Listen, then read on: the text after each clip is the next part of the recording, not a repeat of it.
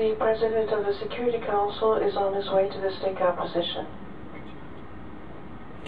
Nancy, I love you.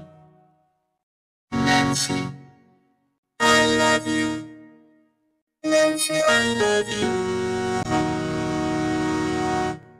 ايه قول تاني كده مين تقصد ان انا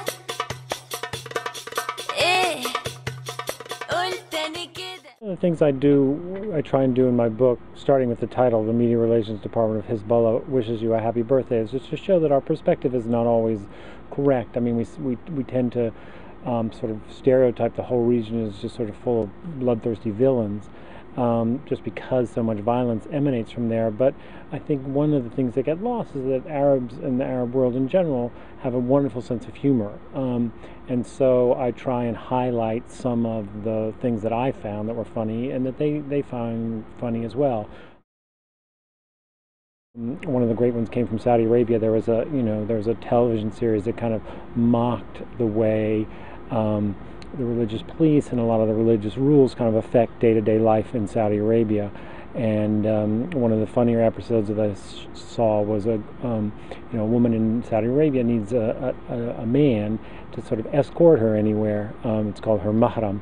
And this woman's husband had gone away to take a job in France for 6 months, and so she was suddenly stranded without her escort, and it was sort of the ramifications of that. And the police showed up because they thought they heard a burglar, and the women are standing in the street, and the police come and say, well, great, where's your mahram? And they say he's away, and say, well, we can't go investigate. And the woman loses her bank card, and it turns out to be a bank branch reserved for men, and so she can't go into the bank to complain. And it was just it caused a lot of controversy because some Saudi clerics took a dim view of a TV show making fun of the precepts of Islam, but the country in general loved it. Nancy, I love you. Nancy, I love you. Nancy, I love you.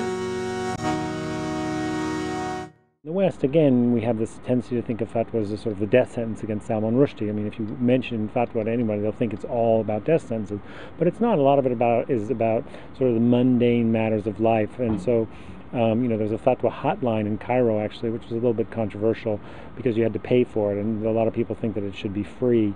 But I got a hold of the cleric who ran or gave out the answers, who was from Al-Azhar University, and he said 30% of them were about sex, and people asked about their business affairs, and they asked about their family life, and they ranged from all kinds of things. There was a woman who called up and said she ran a bunch of successful tourist hotels, and she sold liquor in the bars, but Islam prohibits liquor, so she gave all that money to charity, and she asked if that was okay, and the cleric said no, it wasn't okay. But what you find is that people sort of know what answer they want. They just want it confirmed. So now there's this phenomenon that's called sort of fatwa shopping, and if they don't find it from their local cleric, then they'll try and get it online, or they can get it on a TV show, or they get it on a dial fatwa. So people just ask for them.